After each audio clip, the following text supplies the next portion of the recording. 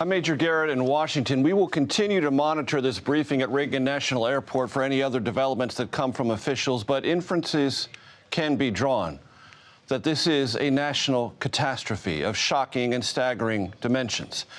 There was no official reference to any dead from this collision, mid-air collision of a commercial jetliner, American Airlines, and a Army Black Hawk helicopter right near Reagan National Airport. However, as I said, inferences can be drawn. Roger Marshall, Republican senator from Kansas, made reference to many, many people dying, saying he is crushed and our country is crushed in spirit, making one reference to 60 or more lost. Again, that is not an official declaration. Recovery efforts continue on the Potomac River. You heard the local officials outlining the boats in the water, the divers trying to see if there is any rescue operation that can successfully find survivors of this crash. But the inferences, at least created by Senator Roger Marshall, suggest this is a devastating and deadly event here in the nation's capital. I want to bring in senior transportation correspondent Kris Van Cleave. Kris? Major, we are hearing from sources at least 18 bodies had been recovered, no survivors. What was described to me as 3 debris fields in the water there, the Potomac River, meaning the airplane and the helicopter came down in the water, perhaps in pieces after this mid-air collision. The Canada Air regional jet, the CRJ 700, was a few hundred feet off the ground. It was very close to touching down at DCA. It was in the final steps of its final approach when this collision happened. It is possible, depending upon where the 2 aircraft struck, that the pilots of the airplane never even saw the helicopter coming. Kris, help our audience understand how busy this atmosphere, this environment is for aircraft around Reagan National Airport. You have Joint Base Anacostia Bowling right across the Potomac and Anacostia River. It is a busy airspace, is it not? It is. It is a busy airspace, and it is tightly controlled. I was just up in the D.C. police helicopter about a week and a half ago, and as we got even remotely close to Reagan, the pilot was talking to the Reagan Tower, the DCA Tower.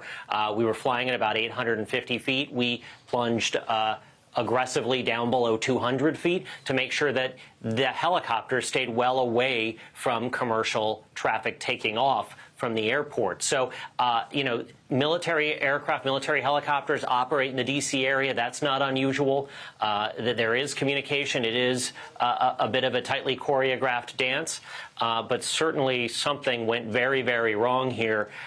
Something that hasn't gone wrong in the United States in 16 years. That's the last time there was a commercial airplane crash. The last time American Airlines experienced something like this was in November of 2001. We'd been in an unparalleled period of aviation safety in the United States, a period that ended tonight. Kris Van Cleave, please stand by. I want to turn now to senior national security correspondent Charlie Daggett, who was at the scene. Charlie, what can you tell us? Well, Major, you can probably hear those helicopters flying overhead. And a few minutes ago, we were asked to take the lights down low because some of the lights from TV crews here were interfering with some of their night vision. And I can tell you, there seems to be 2 or 3 different locations where most of these rescue attempts are taking place because just judging from the lights from the emergency vehicles. So that has been gathering throughout this evening. And helicopters, if anything, they've expanded their search. They were on the other side of the river, but in recent minutes, they've been sort of scanning this area with the spotlights open as well. Now, we've spoken to our sources at the Pentagon. According to U.S. Army, it was an Army UH-60 helicopter. That's a Black Hawk helicopter out of Fort Belvoir, Virginia. These were 3 soldiers. We're told no senior officers were on board. Defense Secretary Pete Hegseth posting on X, this is absolutely tragic. Search and rescue efforts are underway. Prayers for all impacted souls and their families. Investigation launched and underway. And as you can hear, as I said, these helicopters flying overhead have expanded their search from across the river where we believe the the impact took place, and we may have three areas where they're searching. But the helicopters have been increasing their search to this side of the river. Charlie, thank you very much for that. I want to turn now to CBS News transportation safety expert and analyst Robert Sumwalt. He is a former NTSB chair. So, Robert, based on what you have seen so far, and we have been running some of this grainy EarthCam video that appears to show the flight path of the commercial jet and the helicopter and the collision point, what kind of things do you see in that video? What kind of things can you communicate to our audience about what this might be about? Well, I think the obvious, of course, is that this is, as others have said, this is certainly a tragedy, and our thoughts and prayers are with all of those who were affected by this tragedy. You know, it does appear, and I've looked at some of the radar data, and the airplane, the regional jet, was making a left turn to line up with runway 33. It was below 300 feet when all of a sudden the data from the radar feed just quit. So that tells us that this happened at a relatively low altitude. That's what we know right now.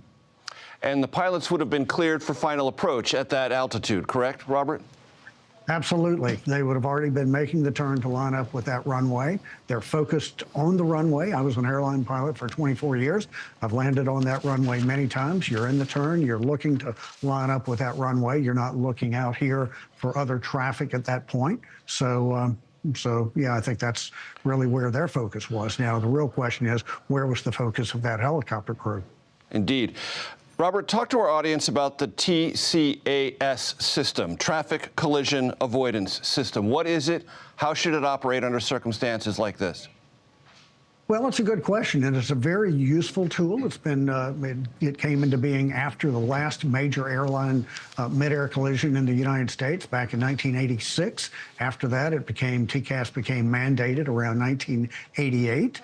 It is in all airline cockpits, and it will sound an alert and provide, if necessary, resolution advisories for the pilots to avoid each other. It's a very effective piece of equipment. However, below about 500 feet, that system, the aural alerting system, is inhibited so that we're not distracting the pilots at a critical flight phase. And as I mentioned earlier, we believe that this event happened below about 300 feet. So the alerting capability, the aural alerting capability, would have been inhibited in the regional jet.